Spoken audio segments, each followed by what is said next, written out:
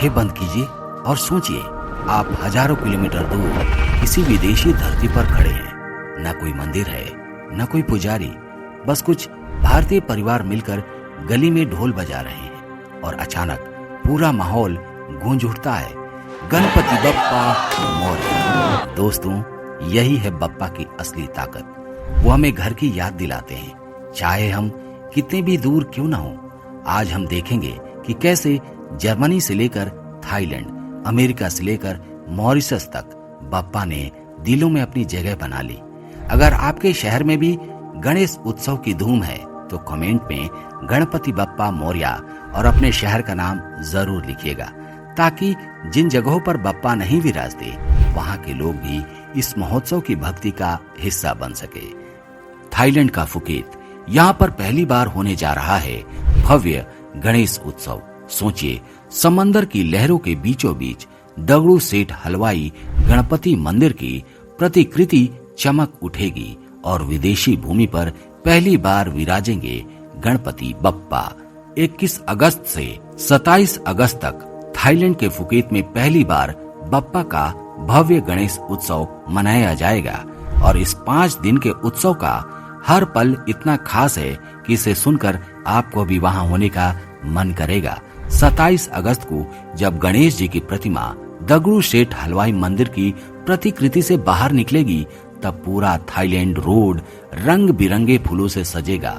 गेंदा, गुलाब, आर्किड से सजे रथ पर विराजेंगे बप्पा। जब निकलेंगे तो आसमान में फूलों की बारिश होगी। स्थानीय लोग इसमें शामिल होंगे और भारत से आए भक्तों के साथ मिलकर गणपति बप्पा मोरया का जय घोष करेंगे। सोचिए, समंदर किनारे की सड़क और उसके बीच बप्पा की शोभा यात्रा, ये नजारा ही अनोखा होगा। फुकेत की गलियों में गूंजेगी पुणे की पहचान, ढोल ताशा की गर्जना। जब सैकड़ों ढोल एक साथ बजेंगे और ताशे की आवाज आसमान तक जाएगी, तब हर कोई थिरकने लगेगा। विदेशी लोग, जिन्हें कभी ढोल ताशा का नाम भी नहीं पता था, अब ताल पर झूमते हुए दिखाई देंगे। ये सिर्फ संगीत नहीं, ये है पुणे की आत्मा जो थाईलैंड तक पहुंच चुकी है। 28 अगस्त को खास दिन होगा जब दर्जनों महिलाएं एक साथ बैठकर अथर्व शीर्ष का सामूहिक पाठ करेंगी। आप कल्पना कीजिए, सफेद साड़ियों में महिलाएं हाथ जोड़कर एक स्वर में मंत्रोच्चार कर रही हैं। ओम नमस्ते गणपतये। वो मंत्र जब समुद्री हवा के साथ गूंजेगा तो फुकेत की गलियां भारत की आध्यात्मिक शक्ति से भर जाएंगी। यह दृश्य देखकर विदेशी भी मंत्र मुग्ध हो जाएंगे। और 31 अगस्त को आएगा सबसे भावुक पल, विसर्जन यात्रा। जब बप्पा विदा होंगे तब इंदौर की मशहूर हनुमान ढोल पथक आगे आगे चलेगी। उनकी थाप पर लोग नाचेंगे, गाएंगे और आंसुओं के साथ बप्पा से विदाई लेंगे। गणपति बप्पा मोरया, अगले बरस तू जल्दी आ की गूंज फुकेत की लहरों से टकराएगी। उस क्षण हर भक्त को यही महसूस होगा कि बप्पा भले ही समंदर में विराजे, लेकिन दिलों में हमेशा बसे रहेंगे। तो दोस्तों, ये 5 दिन फुकेत में सिर्फ एक त्योहार नहीं, बल्कि भारत और थाईलैंड के बीच संस्कृतियों का संगम होगा, जहां पुणे की धड़कन, इंदौर की थाप और भारत की भक्ति मिलकर विदेशी धरती पर एक नया इतिहास रचेंगी। वहां मौजूद एक भारतीय परिवार ने कहा, हमें लग ही नहीं रहा कि हम भारत से दूर हैं। ऐसा लग रहा है जैसे पुणे यहीं बस गया हो।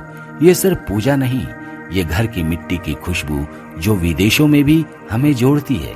अमेरिका में रहने वाले प्रवासी भारतीयों के लिए गणेश चतुर्थी सिर्फ पूजा नहीं, बल्कि अपने बच्चों को संस्कृति सिखाने का जरिया है।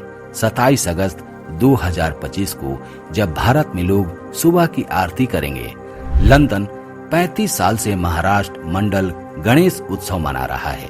बच्चों से लेकर दादी तक सब हिस्सा लेते हैं। मॉरिशस, यहाँ तो सन 1982 से गणेश उत्सव राष्ट्रीय अवकाश है।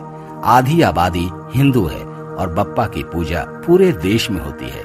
थाईलैंड में गणेश को कला और सफलता के देवता के रूप में पूजा जाता है। बैंकॉक के मंदिरों और पब्लिक प्लेस पर उनकी विशाल प्रतिमाएं हैं। इंडोनेशिया और कंबोडिया में भी यूनिवर्सिटीज और मंदिरों में गणेश को ज्ञान और बुद्धि का प्रतीक माना जाता है।